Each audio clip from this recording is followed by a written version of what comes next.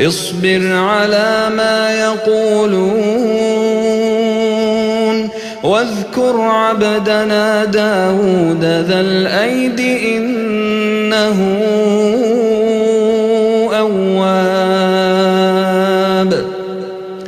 إنا سخرنا الجبال معه يسبحن بالعشي والإشراق والطير محشورة كل له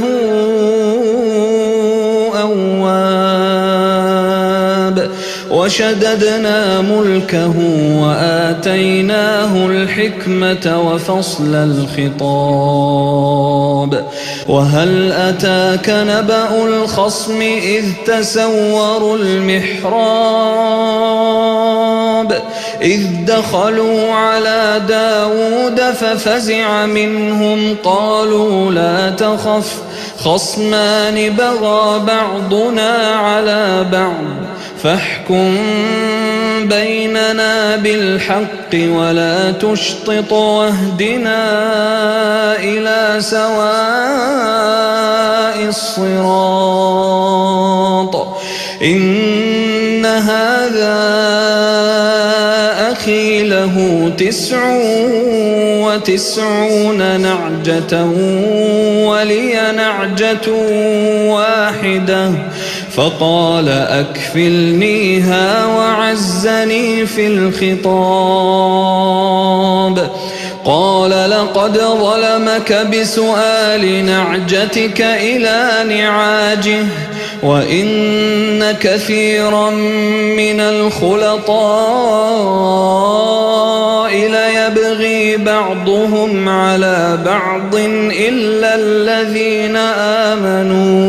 إلا الذين آمنوا وعملوا الصالحات وقليل ما هم وظن داود أنما فتناه فاستغفر ربه وخر راكعا وأناب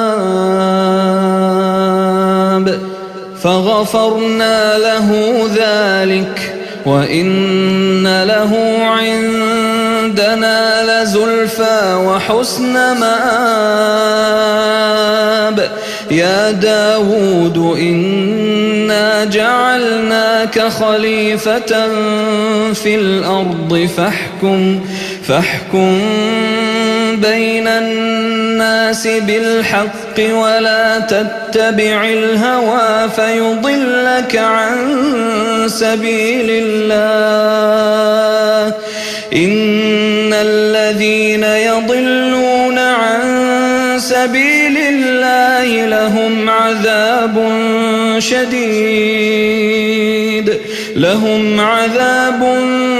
شديد بما نسوا يوم الحساب وما خلقنا السماء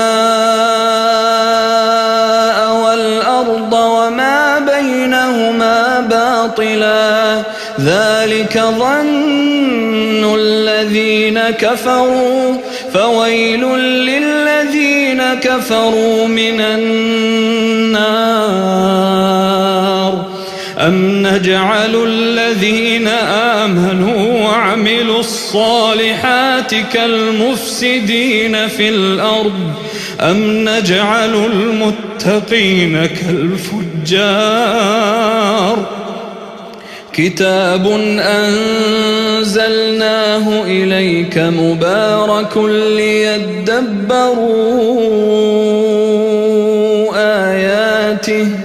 وليتذكر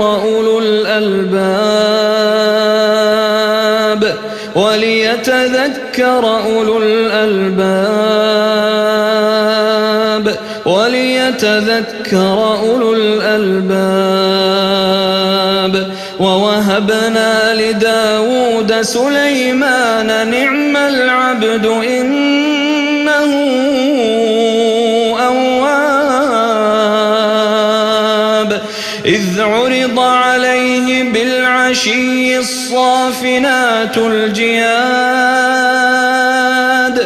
فقال إني أحببت حب الخير عن ذكر ربي حتى توارت بالحجاب ردوها علي فطفق مسحا بالسوق والأعناق ولقد فتنا سليمان وألقينا على كرسيه جسدا ثم أناب قال رب اغفر لي وهب لي ملكا لا ينبغي لأحد من بعدي إنك أنت الوهاب فسخرنا له الريح تجري بأمره رخاء حيث أصاب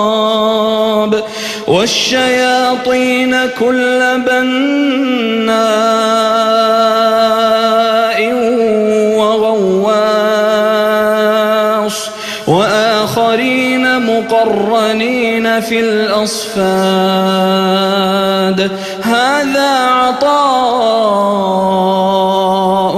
فامنن أو أمسك بغير حساب وإن له عندنا لزلفى وحسن مآب